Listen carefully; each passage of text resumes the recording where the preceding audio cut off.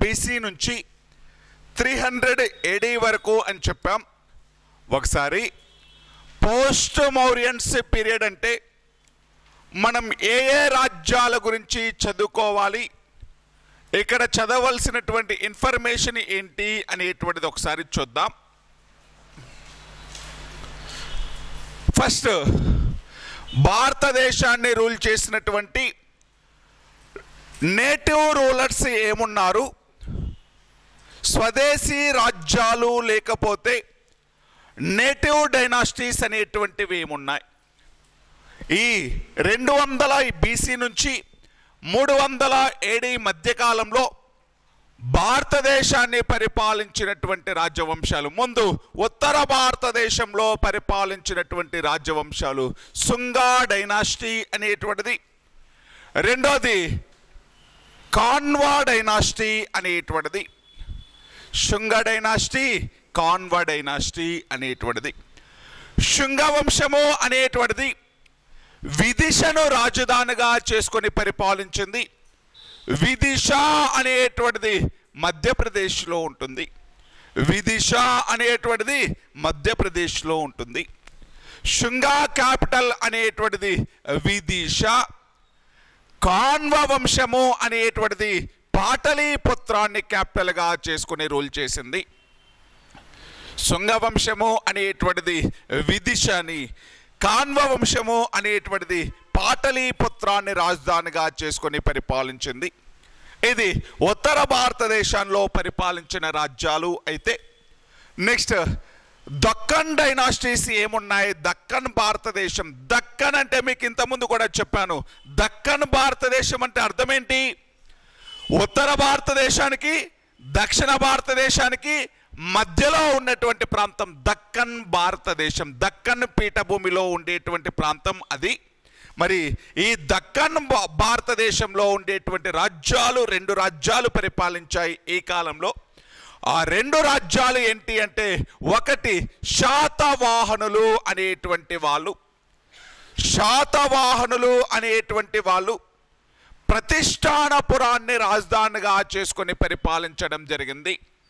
శాతవాహనులు అనేటువంటి వాళ్ళు ప్రతిష్టానపురాన్ని రాజధానిగా చేసుకొని పరిపాలించడం జరిగింది. ప్రతిష్టానపురము అంటే ప్రజెంట్ పైఠాన్. ప్రతిష్టానపురము అంటే ప్రజెంట్ పైఠాన్.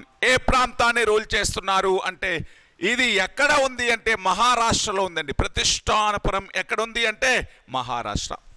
యాక్చువల్గా శాతవాహనులు అనేటువంటి వాళ్ళు ప్రతిష్టానపురాన్ని క్యాపిటల్గా చేసుకుని రూల్ చేసినప్పటికీ మహారాష్ట్ర ప్రాంతంలో ఉండేటువంటి పైఠాన్ను రాజధానిగా చేసుకుని రూల్ చేసినప్పటికీ వాళ్ళ యొక్క ఆరిజిన్ ఎక్కడి నుంచి జరిగింది, వాళ్ళు ఎక్కడి నుంచి రైజ్ అయ్యారు అంటే ఆంధ్ర ప్రాంతం నుంచి, ప్రధానంగా తెలంగాణ ప్రాంతం నుంచి రైజ్ అయినటువంటి వాళ్ళు ఎవరు అంటే శాతవాహనులు అనేటువంటి వాళ్ళు.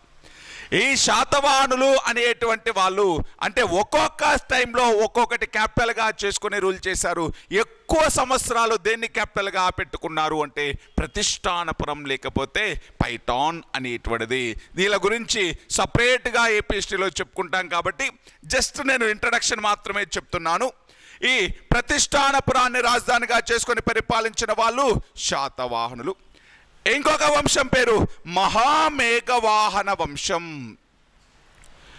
మహామేఘవాహన వంశం, మహామేఘవాహన డైనాసిటీ. దీనినే చేది డైనాసిటీ, చేది వంశం అని కూడా పిలిచాం.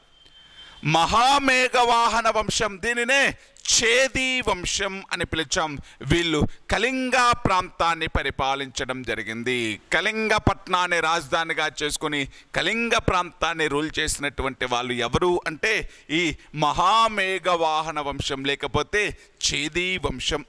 వీళ్ళేమో దక్కన్ భారతదేశాన్ని రూల్ చేస్తే, నెక్స్ట్ దక్షిణ భారతదేశానికి వద్దాం. సదరన్ ఇండియాను రూల్ చేసినటువంటి వాళ్ళు ఎవరు అనేటువంటిది. సదరన్ ఏరియాను రూల్ చేసినటువంటి వాళ్ళు చోళ పాండ్య చేర. ఉత్తర తమిళనాడు ప్రాంతాన్ని చోళులు, దక్షిణ తమిళనాడు ప్రాంతాన్ని పాండ్యులు, కేరళ ప్రాంతాన్ని చేర వంశం రూల్ చేయడం జరిగింది.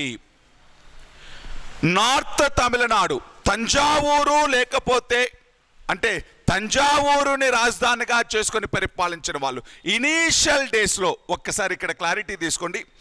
చోళులు అనేటువంటి వాళ్ళు ఇద్దరుంటారు. వాళ్ళు యాన్షియంట్ చోళాస్ అనేటువంటి వాళ్ళు, మోడ్రన్ చోళాస్ అనేటువంటి వాళ్ళు. ప్రాచీన చోళులు, నవీన చోళులు. ఓల్డెన్ డేస్లో అంటే సంగం యుగము అనేటువంటిది ఉంటుంది. క్రీస్తు పూర్వంలో ఉన్నటువంటి చోళులు అనేటువంటి వాళ్ళు వీళ్ళ యొక్క రాజధాని కావేరీ పట్టణం అనేటువంటిది. వీళ్ళ యొక్క రాజధాని ఏంటండి? కావేరీ పట్టణం. అదే నవీన చోళులు వస్తారు, మోడ్రన్ చోళాస్, వాళ్ళ యొక్క రాజధాని తంజావూరు అనేటువంటిది. అంటే చోళుల్లో ఇద్దరుంటారు. మీకు కరికాల చోళ పేరు విన్నారుగా. కరికాల చోళుడు అనేటువంటి వ్యక్తిని మనము మోడ్రన్ చోళల్లో వింటామా లేకపోతే యాన్షియంట్ చోళల్లో వింటామా? యాన్షియంట్ చోళ, ప్రాచీన చోళుడు కరికాల చోళుడు అనేటువంటి వ్యక్తి. కరికాల అంటే నల్లని పాదం కలిగినటువంటి వాడు, లేకపోతే నల్లని కాలు కలిగినటువంటి వాడు, లేకపోతే కరి అంటే ఏనుగు అని చెప్పేసి ఏనుగు పాదం కలిగినటువంటి వాడు అని కూడా చెప్తాం. ఆ కరికాల చోళుడు అనేటువంటి వ్యక్తి పాండ్యులని మరియు చేరరాజులని ఓడించినటువంటి వ్యక్తి. అతడే కావేరీ నదిపైన మొట్టమొదటిసారిగా బ్యారేజీలు నిర్మించినటువంటి వ్యక్తి, ఆనకట్టలు నిర్మించినటువంటి వ్యక్తి. ఆ కావేరీ పట్టణంపై రాజధానిగా చేసుకొని పరిపాలించిన వాళ్ళు చోళులు. ఎప్పుడిది? ఓల్డెన్ డేస్లో, క్రీస్తు పూర్వం. అదే తర్వాత కాలంలో మోడ్రన్ చోళాస్ అనేటువంటి వాళ్ళు ఉంటారు. రాజరాజ చోళుడు, రాజేంద్ర చోళుడు అనేటువంటి వాళ్ళు, రాజరాజ చోళుడు, రాజేంద్ర చోళుడు, కరికాల చోళుడు, వీళ్ళందరూ కూడా తర్వాత వచ్చినటువంటి వాళ్ళు. ఈ తర్వాత వచ్చినటువంటి వాళ్ళు అంటే 9th 10th సెంచరీల్లో రూల్ చేసినటువంటి వాళ్ళు వీళ్ళు. వీళ్ళనేమో మోడ్రన్ చోళాస్.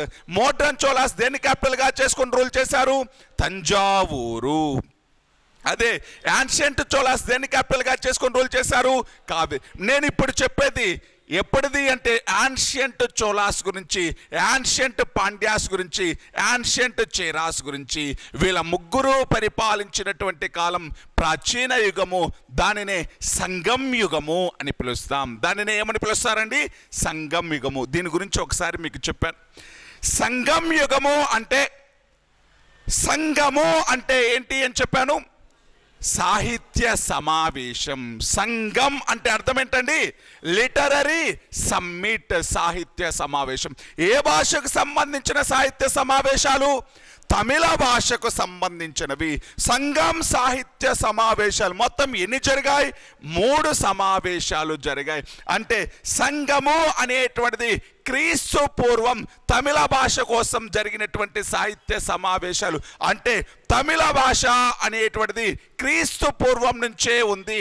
తమిళ భాషలో రచనలు అనేటువంటివి క్రీస్తు పూర్వం నుంచే వచ్చాయి.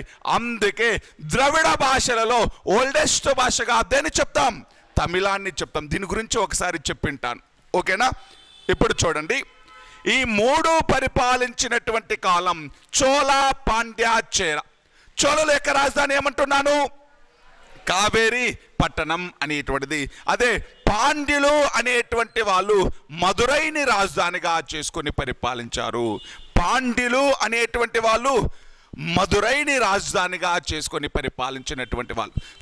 అంటే చేరా అనేటువంటి వాళ్ళు వంజీ లేకపోతే కరూర్ను రాజధానిగా చేసుకొని పరిపాలించిన వాళ్ళు. వంజీ లేకపోతే కరూర్ని రాజధానిగా చేసుకొని పరిపాలించినటువంటి వాళ్ళు. ఇప్పుడు చూడండి, నేను మౌర్యుల అనంతరం భారతదేశాన్ని పరిపాలించిన రాజులు అంటే ఎవరెవరి గురించి నేర్చుకోవాలి? శుంగ వంశం, కాన్వ వంశం, శాతవాహన వంశం, మహామేఘవాహన వంశం, చోళ వంశం, పాండ్య వంశం, చేర వంశం. వీళ్ళందరి గురించి చదివితే ఏమైపోతుంది? భారతీయ రాజుల గురించి అయిపోతుంది, భారతీయ రాజ్యాల గురించి అయిపోతుంది. అదేవిధంగా భారతదేశాన్ని ఈ కాలంలోనే కొంతమంది విదేశస్తులు కూడా పరిపాలించడం జరిగింది. ఫారిన్ రూలర్స్ కూడా రూల్ చేయడం జరిగింది. అలా భారతదేశాన్ని రూల్ చేసినటువంటి కొంతమంది విదేశీ రాజుల గురించి ఎవరెవరు పరిపాలించారు ఆ కాలంలో ఉండేటువంటి రాజ్యాలు ఏంటి అనేటువంటివి చూస్తే, ఆ కాలంలో భారతదేశాన్ని పరిపాలించినటువంటి ఫారిన్ రూలర్స్లో ఒకటి ఇండో బ్యాక్టీరియన్స్. వీళ్ళనే ఇండో గ్రీకులు అని కూడా పిలవడం జరుగుతుంది.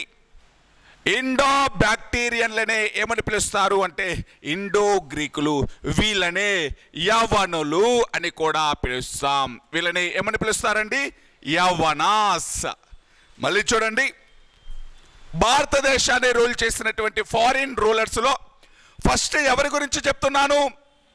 Indo bacteria means present Afghanistan ఉండేటువంటి ప్రాంతం.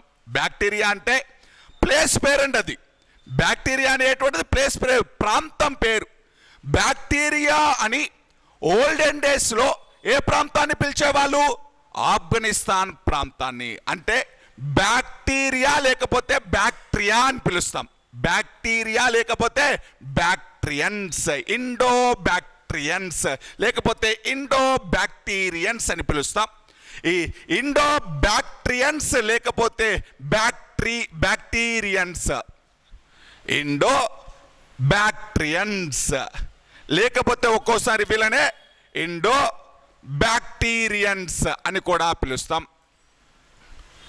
బ్యాక్టీరియా అంటే ఏ ప్రాంతం అని చెప్తున్నాను? ఆఫ్ఘనిస్తాన్. బ్యాక్టీరియా అంటే ఏ ప్రాంతం అండి? ఆఫ్ఘనిస్తాన్. మరి ఈ ఇండో బ్యాక్టీరియన్స్ లేకపోతే ఇండో గ్రీకులు లేకపోతే యవనులు అంటే ఈ ఆఫ్ఘనిస్తాన్ ప్రాంతాన్ని పరిపాలించినటువంటి, వాయువ్య భారతదేశాన్ని పరిపాలించినటువంటి గ్రీకులనే ఏమని పిలుస్తాం? ఇండో బ్యాక్టీరియన్స్ లేకపోతే యవనులు. యవనాస్ అంటే ఫారినర్స్. యవనులు అంటే ఎవరండి? విదేశస్తులు. ఏ దేశం నుంచి వచ్చినటువంటి విదేశస్తులు? గ్రీక్. యవనులు అంటే ఎవరు? గ్రీకు దేశానికి సంబంధించినటువంటి ఫారినర్స్. గుర్తుపెట్టుకోండి, యవనాస్ అంటే ఎవరండి? గ్రీకులు. యవనులు అని ఎవరిని పిలుస్తాం? గ్రీకులను పిలుస్తాం. ఒక్కొక్కసారి విదేశస్తులని కూడా గ్రీకు అంటే యవనులు అని పిలవడం జరుగుతుంది. ఏ దేశమైనా. చిన్న క్లారిటీ ఇక్కడ, మెయిన్గా యవనులు అంటే ఎవరు? గ్రీకులు. ఒక్కోసారి విదేశస్తులందరినీ కూడా ఒకే ఘాటను కట్టేస్తారు. ఏమని? యవనులు అని పిలవడం జరుగుతుంది. పర్టికులర్గా అడిగారు అనుకోండి, యవనులు అని పర్టికులర్గా ఎవరిని పిలుస్తాం? గ్రీకులను పిలుస్తాం. ఒక్కోసారి పర్టికులర్గా అడగకుండా కామన్గా ఫారినర్స్ అందరినీ కలిపి ఏమని పిలుస్తాం? యవనులు అని పిలుస్తాం. అర్థమైందా నేను చెప్పింది? యవనాస్ అంటే ఎవరు? గ్రీకులు. యవనులు అంటే ఎవరండి? గ్రీకులు. ఇండో బ్యాక్టీరియా అంటే ఏ ప్రాంతం? ఆఫ్ఘనిస్తాన్ ప్రాంతం. ఇండో బ్యాక్టీరియన్స్ లేకపోతే ఇండో గ్రీకులు లేకపోతే యవనులు ఏ ప్రాంతాన్ని పరిపాలించారు? వాయువ్య భారతదేశం. వాయువ్య భారతదేశం అంటే ప్రజెంట్ ఆఫ్ఘనిస్తాన్, పాకిస్తాన్ ప్రాంతాన్ని రూల్ చేసినటువంటి వాళ్ళు ఇండో బ్యాక్టీరియన్స్ అనేటువంటి వాళ్ళు. రెండో ఫారినర్స్ అండి పార్థియన్లు లేకపోతే పహ్లవులు. పార్థియన్స్ లేకపోతే పహ్లవులు. పార్థియన్లు లేకపోతే పహ్లవులు. ఇక్కడ ఉన్నారు చూడండి. పార్థియన్స్ లేకపోతే పహ్లవులు అనేటువంటి వాళ్ళు, వీళ్ళు ఇరాన్ నుంచి మైగ్రేట్ అయి వచ్చినటువంటి వాళ్ళు. ఇరాన్ దేశం నుంచి వచ్చినటువంటి వాళ్ళు ఎవరు అంటే పార్థియన్స్ లేకపోతే పహ్లవులు అనేటువంటి వాళ్ళు. వీళ్ళు కూడా వాయువ్య భారతదేశాన్ని పరిపాలించినటువంటి వాళ్ళే. ఆఫ్ఘనిస్తాన్, పాకిస్తాన్ ప్రాంతాన్ని పరిపాలించినటువంటి వాళ్ళే. ఎవరు అంటే పార్థియన్స్ లేకపోతే పహ్లవా. ఓకేనా? పల్లవులు డిఫరెంట్, పహ్లవాస్ అనేటువంటి వాళ్ళు డిఫరెంట్ అండి. పార్థియన్స్నే ఏమని పిలిచాం? పహ్లవులు అని పిలిచాం. ఏ ప్రాంతాన్ని రూల్ చేశారని చెప్పాను? వాయువ్య భారతదేశం. ఎక్కడి నుంచి వచ్చారు? ఇరాన్ దేశం. ఇక్కడ బ్యాక్టీరియన్స్ లేకపోతే యవనులు అంటే ఏ దేశం నుంచి వచ్చినటువంటి వాళ్ళు? గ్రీకు దేశం నుంచి వచ్చిన వాళ్ళు. పార్థియన్స్ లేకపోతే పహ్లవులు ఇరాన్ దేశం నుంచి వచ్చినటువంటి వాళ్ళు. నెక్స్ట్ శకులు. శక లేకపోతే శకులు. ఈ శకులు అనేటువంటి వాళ్ళు మధ్య ఆసియా దేశాల నుంచి వచ్చినటువంటి వాళ్ళు, మిడిల్ ఏషియన్ కంట్రీస్ నుంచి వచ్చినటువంటి వాళ్ళు. శకులు అనేటువంటి వాళ్ళు మధ్య ఆసియా ప్రాంతం నుంచి వచ్చినటువంటి వాళ్ళు, శకులు అనేటువంటి వాళ్ళు.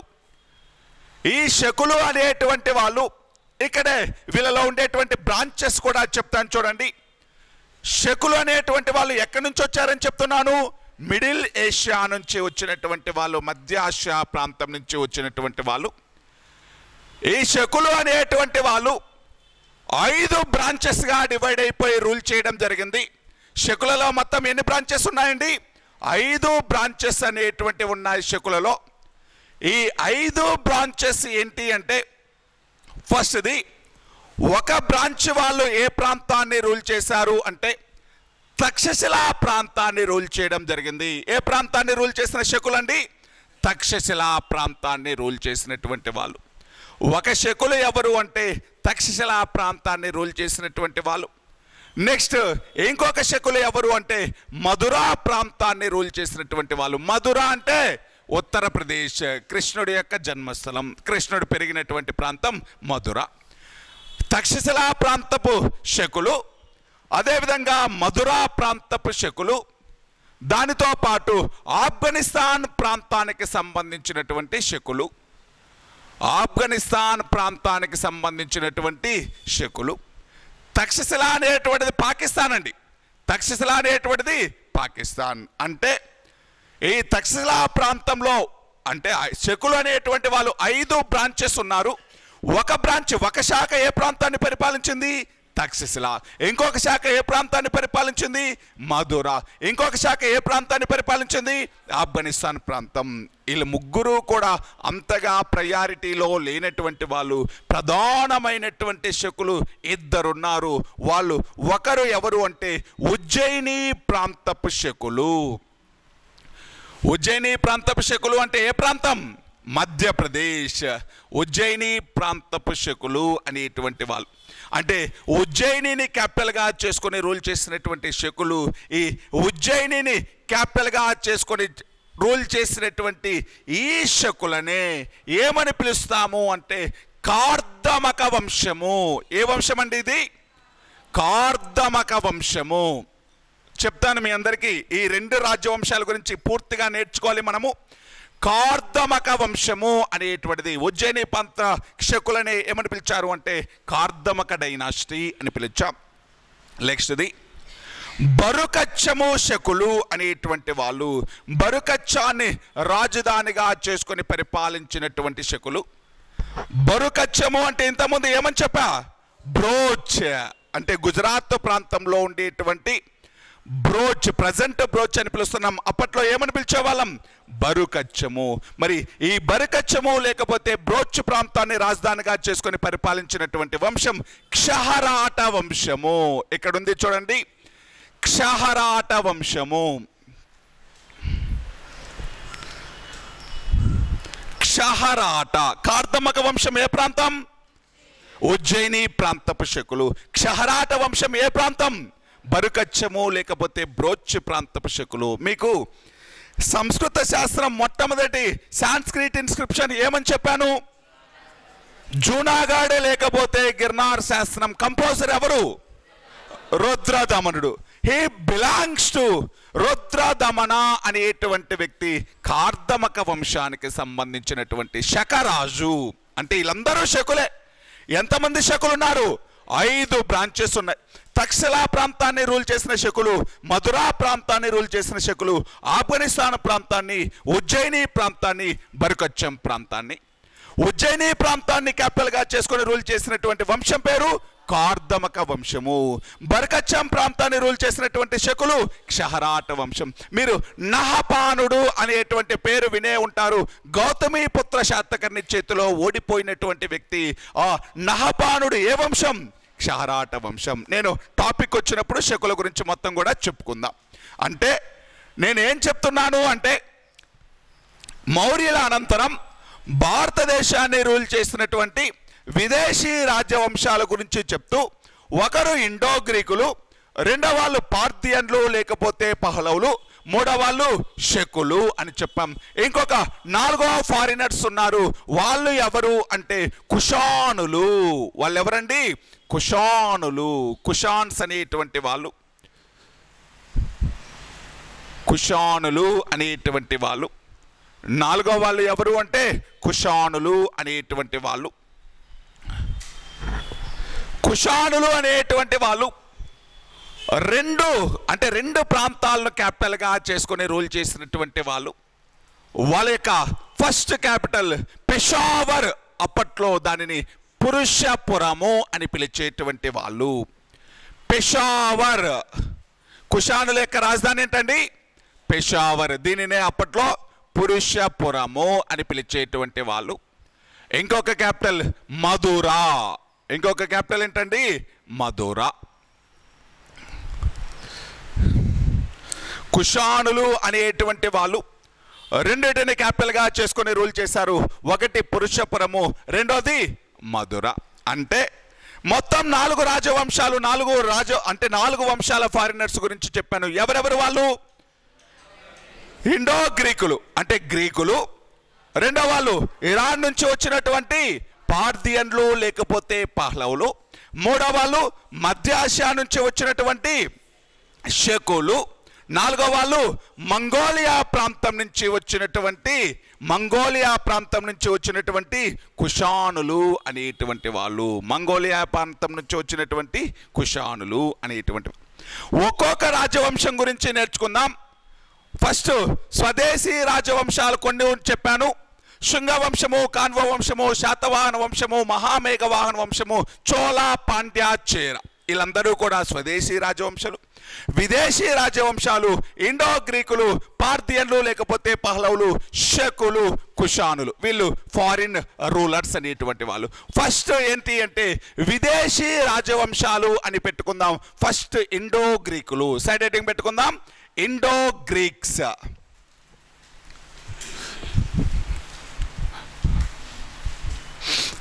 ఇండో గ్రీకులు అనేటువంటి వాళ్ళు